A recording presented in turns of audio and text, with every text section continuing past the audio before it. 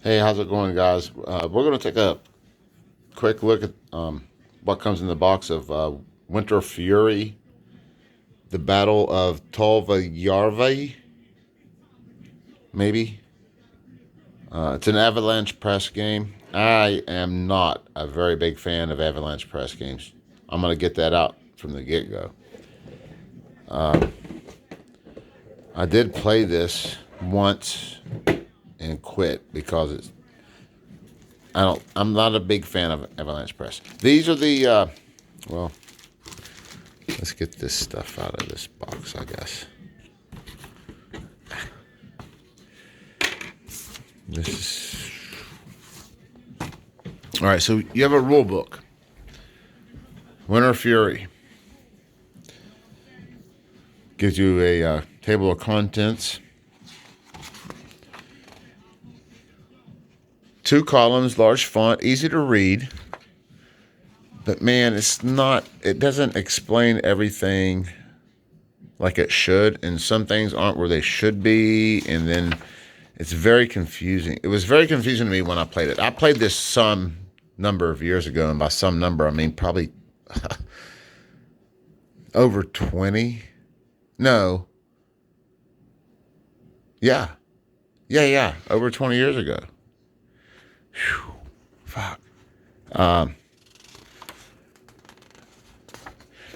So that's a quick look at the rule book. You know what the funny thing is? Look, they put the unit explanations in the back.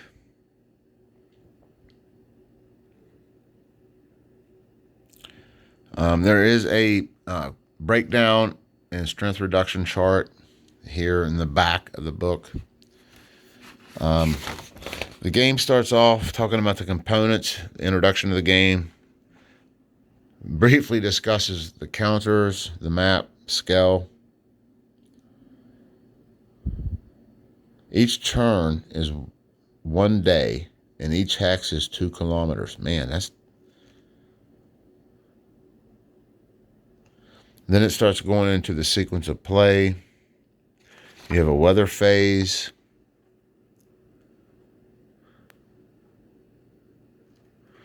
You have impulses. See, this is a very... And then then it starts talking about Soviet formations, the Soviet Eighth Army, and then options. But where's the sequence of play? Then it goes into movement, the effects of roads, which the Russians want. Well, they're kind of limited. The roads. It's going over stacking, zones of control, supply. That's another. That's another thing. You have Finnish and Soviet supplies. They're supplied in different ways. There's bombardment, air attacks. I believe only the Russians have air, if I remember correctly, but I may not. Does it say? Yeah, the Soviet player has 2 air units. Yep. Then it's going over combat, artillery support, resolution of combat, the effects of the combat chart, advances, retreats, and so forth. Special unit types, artillery. I don't know why artillery is a special unit type, but there it is. See, what? Headquarters units, tanks. I don't understand why this is all in a section by itself in the back. This rule book is like backwards. Then it goes into the ski-capable units, which are the Finnish units, which are very effective, but they're low offensive power. But their movement, they're very maneuverable. They can go to hot spots real quick. And then there's breakdown. Like you can form them all into a big unit that's not as mobile, but more effective at combat. But then you can break them down into smaller units that are less combat effective but very mobile.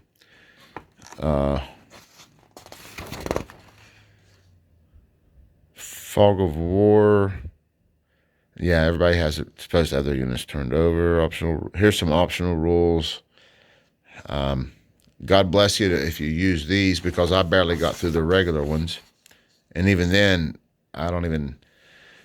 And then section 14 is going over the scenarios. There's liberation missions. There's the Finnish offensive, and then the campaign game, and then the conquest of Finland, which must be played in combination with blood on the snow. And then I guess this is the overall turn reinforcement track. And then, like I said, again, in the back, oh yeah, here's your reinforcement schedule. And then in the back, it gives you your unit explanations. With your terrain effects chart, it's black and white, but shouldn't be very hard to figure out. But we'll see. You have a bombardment table. The game also comes with a errata slip.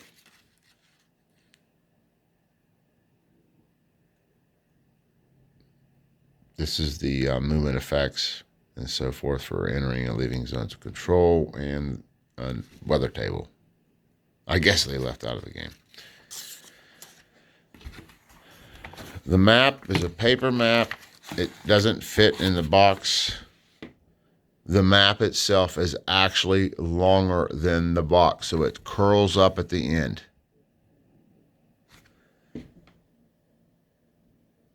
Again, the map is actually longer than the box, and it curls up at the end. Why? Why? And I'm only going to open this map up a little bit. It's a pretty large map, probably twice the size of. Well, no, it's about what you'd get in a magazine game. But this is the map. Roads, rivers, lakes. A town here and there. Both sides of the map.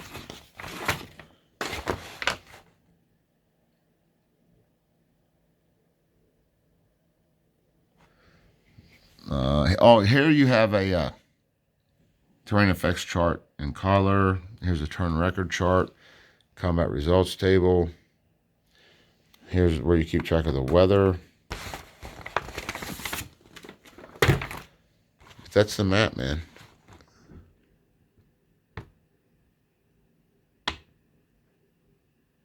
Looks like there's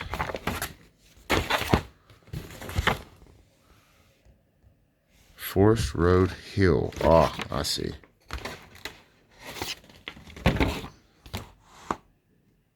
Those little stubbies are the, oh, yeah. This is a hill. See how these little things are stubs and these are pointed? Well, here you have kind of a contour line. That's a hill. There's a little hill here.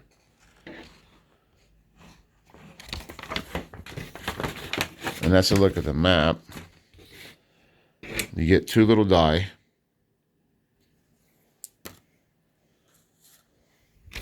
These are the Finnish units. This is a mountain unit. It's an attack number, a defense number, and the movement allowance.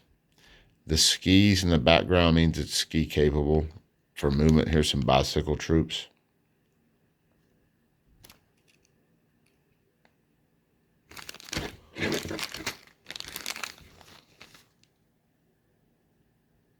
These are the larger units. If you want to form a bunch of your mountain units up into one big unit, you get something maybe like this. But your frontage is so you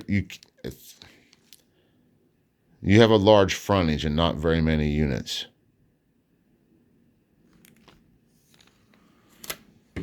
And these are the Russian units of the different commands. That's why they're different colors. It's a chip pull scenario.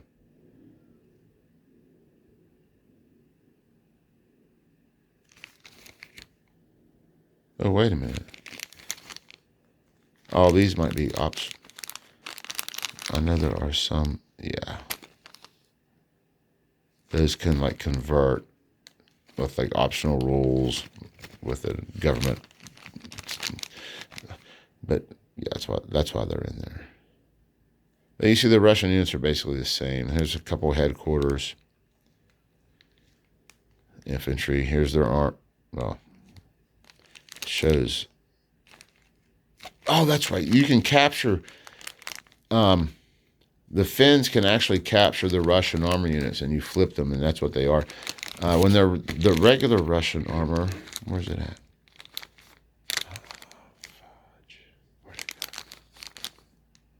Yeah, right here. That's the Russian armor unit, 227. But the Finns can actually capture them and put them on their side as 115 units. Here's an artillery unit. And then there's a couple of administrative markers. Well, these are the, you got some out of supply markers, and then here's the Soviet air markers. And then the rest of these are it's like a chip pull. But that's a quick look at the game. It's a very thin box. That's the back of it, like your old Avalanche Press boxes look. Hey, listen, guys, you know, I've never been very impressed with Avalanche Press's games. Just because of the rules. I mean, look, they put the map don't fit in the freaking box, right? You know, it's just, you know, I've never had much luck with Avalanche Press. So take that for whatever the hell it's worth. And thanks for watching this review of Winter. And the printing, look, the edge of the box, it overprinted it. Thanks for watching this unboxing of Avalanche Press's Winter Fury. The Battle of Tolvajarvi, I think.